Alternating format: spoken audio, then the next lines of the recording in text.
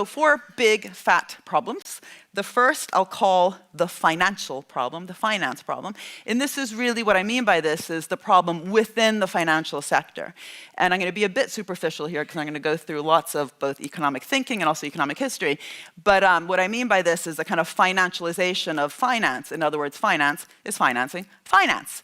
And what you see here in this curve, this is for the UK economy, but the US economy looks quite similar, the degree to which the financial sector has outpaced in its size the rest of the economy. So this is looking at financial intermediation, which is basically banks, but also the whole shadow banking system and all forms of different types of financial institutions growing much faster than the rest of the economy. And basically this is because so much of the financial sector has ended up just financing finance, insurance, and real estate, which conveniently the acronym is FIRE. And so, this often makes people think, oh God, this is terrible. We need to kind of definancialize and kind of fuel industry, right? So this is also why in some countries industrial policy has come back and the idea that we need to kind of fuel the makers. So these are the takers. And unfortunately, this brings me to the second problem, which is that industry has become very financialized itself.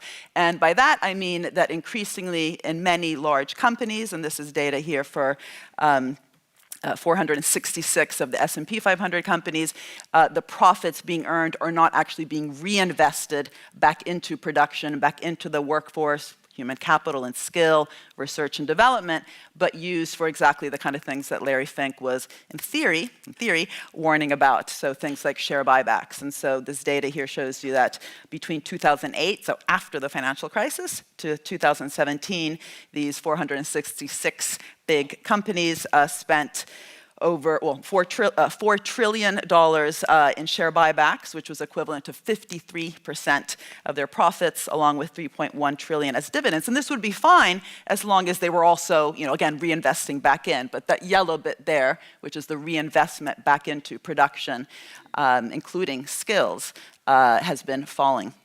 And you see this, by the way, also at the macroeconomic level. You might know that GDP, gross domestic product, which is how we measure output of the economy, can be broken down in different ways. One of it is on the spending of all the different components of the economy. So government spending, G, business spending, I, consumption spending, and net exports. And the I part, business investment, has been falling. And this is not a coincidence, right? This is precisely because there hasn't been that reinvestment. I'm just going to say one thing, because I often forget to say it, and apologies if I often do these little parentheses, but this is a huge problem, and this basically is, much more of a problem than the so-called the robots are taking our jobs. It's very interesting if you look back at the history of economic thought, and I'll be going through quite a bit of history in just a minute. David Ricardo, one of the first economists ever, in 1821, wrote a book called Principles of Political Economy.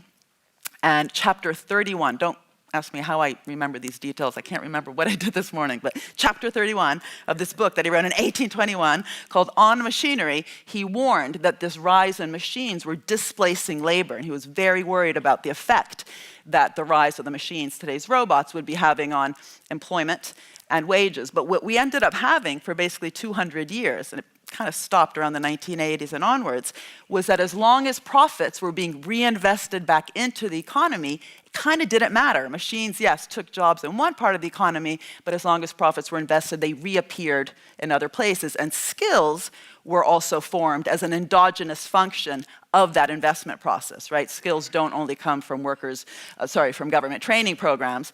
They also come from if you're kind of taken care of inside the company, if you're invested in. And this is just really important because there's so much talk today about the future of work and the robots, what's going to happen, without actually putting these numbers and this data at the center of the picture as just as important to confront. And this is a corporate governance problem. So this was problem 2. Sorry, little distraction there. Problem 3 is that in a time where we would really need serious, ambitious policy, as ambitious as the kind of policies that got us the welfare state or that got a man to the moon and back again in one generation, we basically have states that have been convinced by, well, unfortunately, by economists, we unfortunately have lots of influence, that at best they can just kind of tinker on the sidelines. You always have to first identify the market failure, and then you're allowed to do something, and this kind of leads to this very patchy view of what policy is for. So in a moment where we're calling for things like a green transition, and I'll get to this in a second, the fourth problem is in fact climate change, when we need to, in theory, we're talking about it, approach the Sustainable Development Goals for real, where we have a rise in inequality, at least relative inequality in many countries, and there's a talk about reforming capitalism, this idea that you're just there patching up the system and putting band-aids when it goes wrong is simply not going to get us what we need. And it's not that these market failures don't exist. This is the term that economists use, market failures, and you always have to identify the market failure before policy does anything. They do exist, so let me just give you some examples here. When you have positive externalities, so goods that create these really great spillovers that it's hard to appropriate the returns just for yourself. You will have underinvestment by the private sector in that area, so government comes in and invests in things like basic research. The opposite, when businesses are producing too much of something that is not good, a negative externality, then government comes in and does something like a carbon tax. When you have asymmetric information, so cute little companies don't get enough money because the banks don't actually know anything about them because they don't have enough history, then you might need government to come in and do SME lending. So again, all these things happen, and this framework isn't completely useless. But in a time where there's at least talk about rediscovering purpose and reforming capitalism and rethinking the direction, not just the rate, these tools are part of the problem. And fourth, as I just kind of gave it away before, the climate problem. This is kind of the problem. If we don't sort this, everything else is kind of irrelevant. We've got 12 years left. The IPCC report, if you haven't read it, read it. Greta, young woman, reminds us that our house is literally on fire. Second time I use the word fire.